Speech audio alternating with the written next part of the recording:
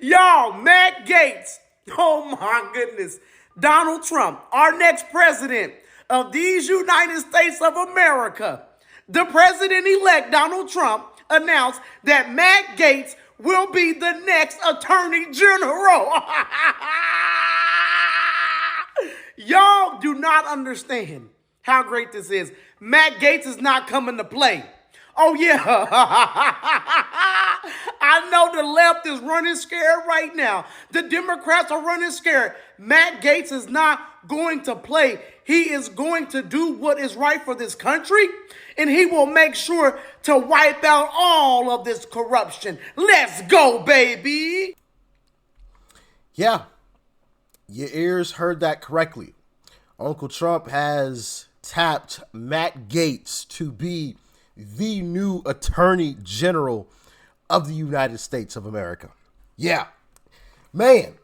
And you know, you guys know I've spoken highly of Matt Gaetz time and time again. He's one of the, true Republican, one of the people that I consider a true Republican, not a rhino, somebody that I have, a lot of confidence in. I have the utmost confidence in. Of course, he's, along with Byron Donalds, amongst others. But Matt Gaetz is one of the guys that I've always said, hey, he ain't coming to play. Okay, and now he will be our Attorney General as long as John Thune lives up to what he said. And I have something else to say about that at the end of this video, so stick around because it is major, major news, okay? Major, major news. I mean, it's earth-shattering. I mean, it really is. But, yeah, I want to play a couple of clips to introduce you guys to, well, not introduce you, because you guys know who Matt Gaetz is, but a little refresher as to who Matt Gaetz really is. I mean, this is a no-nonsense guy. He's not apologizing for anything. If you don't like him, F you too. Like he's one of those type of guys, not a rhino in the slightest bit. Is it safe to say that based off of your comments, you're suggesting that these women at these abortion rallies are ugly and overweight? Yes. What do you say to people who think that those comments are offensive? Be offended.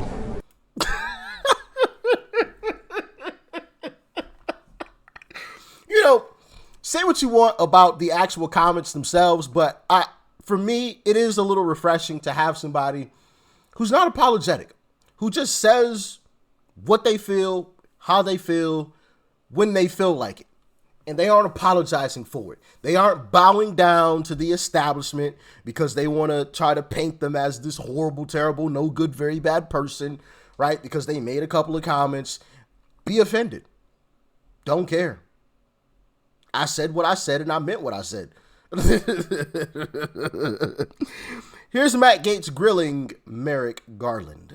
You can clear it all up for us right now. Will the Department of Justice provide to the committee all documents, all correspondence between the department and Alvin Bragg's office and Fonnie Willis' office and Letitia James's office? The offices you're referring to are independent offices of state. I get that. The question is whether or not you will provide all of your documents and correspondence. That's the question. I don't need a history lesson. Well, I'm going to say again, we do not control those offices. They make their own decisions. The question is whether you communicate with them, not whether you control them. Do you communicate with them and will you provide those communications? You make a request. We'll refer it to our Office of Legislative Affairs. But see, here's the thing. You come in here and you lodge this attack that it's a conspiracy theory, that there is coordinated lawfare against Trump. And then when we say, fine, just give us the documents, give us the correspondence, and then if it's a conspiracy theory, that will be evident. But when you say, well, we'll take your request, and then we'll sort of work it through the DOJ's accommodation process, then you're actually advancing the very dangerous conspiracy theory that you're concerned about. Now, you were a judge, once nominated the highest court in our country. When you were a judge, I'm just curious, did you ever make political donations to partisan candidates? No. No, and you didn't because that would create the potential appearance of impropriety. I didn't because there's a federal rule barring federal judges from making contributions. Right, but under that same theory of attacks on the judicial process, like, shouldn't someone be owed like a jury of their peers and a judge that's non-biased, rather than getting a judge from your political opponent's donor file? I'm well aware that you're not asking a hypothetical. You're asking me to comment on a jury verdict in another jurisdiction which has to be respected. I won't comment on it. That case is still ongoing. The defendant Mr. Attorney General, I hadn't asked you about the verdict yet. We were getting there. I was talking about the judge. And so let me ask you this question about your time as a judge. Was there ever a time when you were a judge when you had a family member who was personally profiting off of the notoriety of a case that was before your court? I'm going to say again, it's very clear you're asking me to comment on a case in another jurisdiction. No, wait, hold on, Mr. Attorney General. Did you ever have a family member profit off of the notoriety of any case that you sat over? Say again, you're asking yes or no? You're asking me to comment on a case currently. Well, it seems you're connecting the dots, court. Mr. Attorney General. I'm just asking you as to a general principle, but you are aware that Judge Merchan's daughter was profiting off of this prosecution. You are aware that that creates the appearance of impropriety. You know the very reason there's a federal rule against judges giving donations is because it is the very attack on the judicial process that we're concerned about. Caught him. Did you see how masterfully he walked him into admitting that he knew what was actually going on? He was like, so you are connecting the dots. Just walked him right into it. And Merrick Garland was like,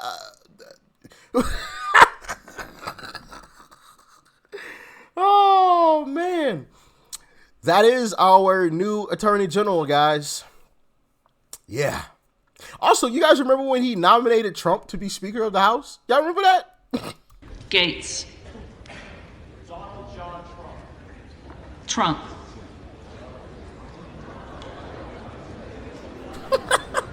Gallagher. McCarthy. Gallego. Jeffries. Garamendi. And he's sitting over there smirking. Man, see, I would be like a Matt Gaetz in Congress, bro. I would probably be even worse. Cause yeah, I can't. I have a low tolerance for the BS. You know, sure I can censor myself here, but in real life, I ain't censoring a darn thing. Like you gonna get it straight, no chaser. All right, you gonna get every bit of this. So yeah, they would be calling me all types of unprofessional and everything. But man. You know, one thing that I've learned throughout this journey of discovering the truth is that when something on the Republican side happens, and Democrats and all of left-wing media start panicking about it or yelling and screaming about it, it was probably good for Republicans. And that is exactly what's been happening since it has been announced that Matt Gaetz will be the Attorney General of these United States. Check out this clip of John Bolton on NBC. You know we made a good pick. President-elect Trump intends to nominate Matt Gaetz to run the Department of Justice. What was your immediate reaction when you heard that? Well, it must be the worst nomination for a cabinet position in American history. I think this is something that falls well outside the scope of deference that should be given to a president in nominating members of his senior team. Gaetz is not only totally incompetent for this job, he doesn't have the character. He is a person of moral turpitude. And notwithstanding how difficult it may be politically, this is a nomination the Republican Party should oppose. President-elect Trump intends. So, obviously, you heard John Bolton there, which, hey, says a lot. If he's, that's the worst pick ever. MSNBC also talking about it. So, Andrew Weissman, this to me, while shocking and galling, is the least surprising thing Trump has done since he won. I think since he won Tuesday night, yesterday he put Marco Rubio atop the State Department, and people at this table said, oh, this isn't going to be so bad. On Monday, he made the announcement that he would turn to recess appointments. It's obvious that this trio of Fox News anchors Matt Gaetz, whose biggest war in Washington is with Kevin McCarthy, and Tulsi Gabbard, was what the recess appointment was all about. Yeah, I sort of had two reactions to this announcement, and one is very similar to yours, which is we have in the president-elect somebody who is clearly not tethered to facts or law. With respect to facts, we know he has said repeatedly that there was a fraud in the election and he won it, and we know that is not true, and he lost all of the cases but one, and that one was on some technical issue. So he is adhering to a world where facts and law don't matter, and so we shouldn't be surprised that he has selected to nominate, yet to be confirmed, somebody for the Attorney General and somebody for the Department of National Intelligence that are not just unqualified, but have shown that they're untethered to the facts and maybe also the law. So that shouldn't be surprising. And the other is really this idea of that somehow Matt Gaetz is going to be the person who prevents and stops weaponization when he is the exhibit A to weaponization. I mean, we are in pure George Orwell 1984 land where, they say black is white and we're supposed to believe it. Now they're quoting George Orwell. Now they're trying to flip the script on us, right? When we were the ones that were, saying that while they were trying to run the show and run this country into the ground. Now they're trying to flip the script. Now, here's Scott Jennings and what he had to say. And, I've been loving what Scott Jennings has been saying lately. And I'm pretty sure he's having a fantastic time schooling these folks on CNN. Check it out. Scott, I don't think I'm divulging or betraying any confidences to say that when we told you the news, you were in disbelief. Are you not entertained? I mean, this is the most entertaining transition I've ever seen. No, I was as surprised as Paula, because it's not a name that we had seen. We'd seen some reporting, a lot of different names, frankly, a lot of really sort of well-heeled Washington legal types that were on the list. So I'm as surprised as anyone. But what I take away from this is that this is a president-elect who is feeling his power. I mean, this is someone who is appointing people to things, whether it's Gaetz or anything else we've seen today, who is feeling his power, feeling his influence, doesn't feel like he's in a mood to negotiate with the people in Washington, D.C. He's here to do what he wants to do, and he's going to expect the Republicans to fall in line. Now, all these people, whether it's Gaetz or Hegseth or anyone else, have to go to confirmation and go through these committee hearings and prove themselves like anyone else. But it is apparent to me that Trump is in a decisive mood and is not someone who's interested in picking things that he would consider to be watered down. So that's my initial reaction to this one. I mean, we truly learned about it 2 seconds before we came on here, so pretty wild day. Yeah, we had to say it is on Trump's Truth Social account. It is coming from his mouth, right? It's coming from his account. Megan, your reaction? I mean, yesterday we had a bunch of conventional picks, and I think people felt good about where we were going and maybe thought that he was going to be a little bit more moderated than we were expecting. And then today brought a whole new set of people to confirm. So I think it's a little bit shocking with this and with Tulsi Gabbard with DNI. So I just, I think it'll be interesting to see what tomorrow brings. But I do agree. Who knows if this is how many of these people are going to actually get confirmed? I think there are a lot of people. Who do you think who do you think will have the most trouble being confirmed? And do you expect that there will be some who are not? Well, look, I think that for the most part, these people, I mean, they do have qualifications. I mean, Matt Gaetz is a lawyer, and he has been in Congress, and obviously is a supporter of the president's agenda, and he'll have supporters in the Senate. They all get a chance to go and compete and go and prove themselves. He's been on both sides of the legal system, as it were. So, but he, like everyone else, they have to go up there and prove themselves. But you can't underestimate Donald Trump's influence over the Republicans in the Senate on this, and he's going to be insistent that he get his government and his administration. And look, here's the thing. He won. And he won the popular vote, and he believes he has a mandate, and honestly, I think he does too.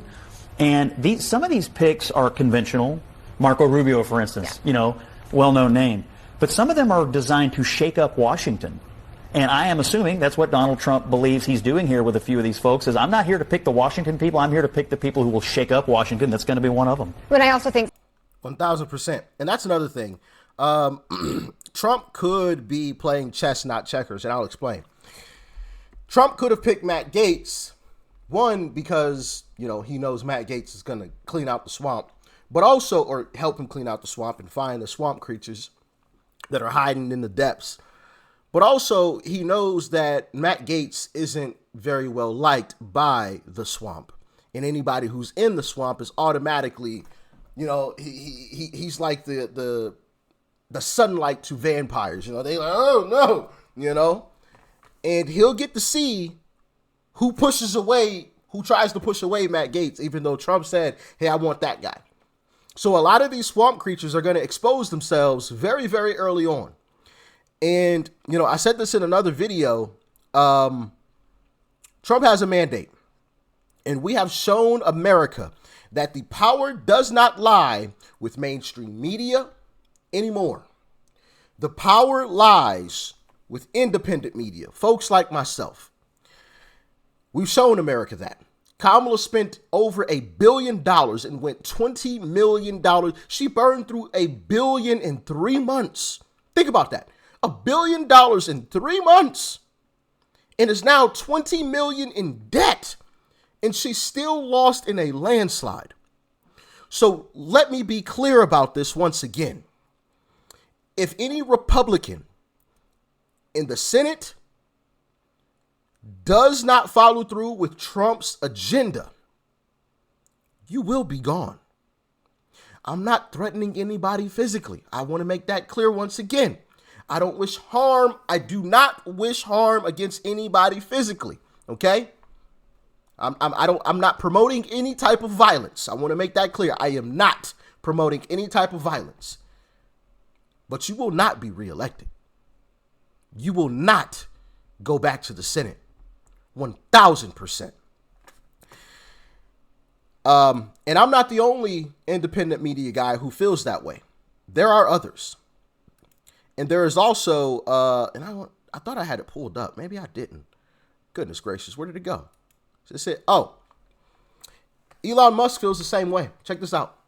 Elon Musk is threatening to fund a primary challenge for any Republican congressman or senator who backstabs Trump or his agenda. So not only do we have the power now with independent media, but now we have the richest man in the world who is also putting his money behind these same candidates. So you will be Liz Cheney'd. Yeah, she has become...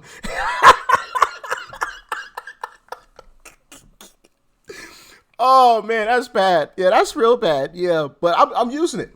Y'all remember Randy Moss played in NFL, and anybody who played football, you catch a football over somebody, you say you got mossed, for Randy Moss. If anybody goes against Trump's agenda, you will be Liz Cheney'd. Okay? That's the new Mossed. You're going to be Liz Cheney'd.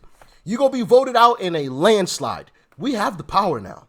Don't make us wield it, because we will. And once again, I'm not the only person that feels that way. Not the only person. Tim Pool actually posted something about it as well. You saw Elon Musk. I'm going to be speaking with some other independent content creators as well. And we are all going to be teaming up to ensure that anybody who does that is not reelected. Ever.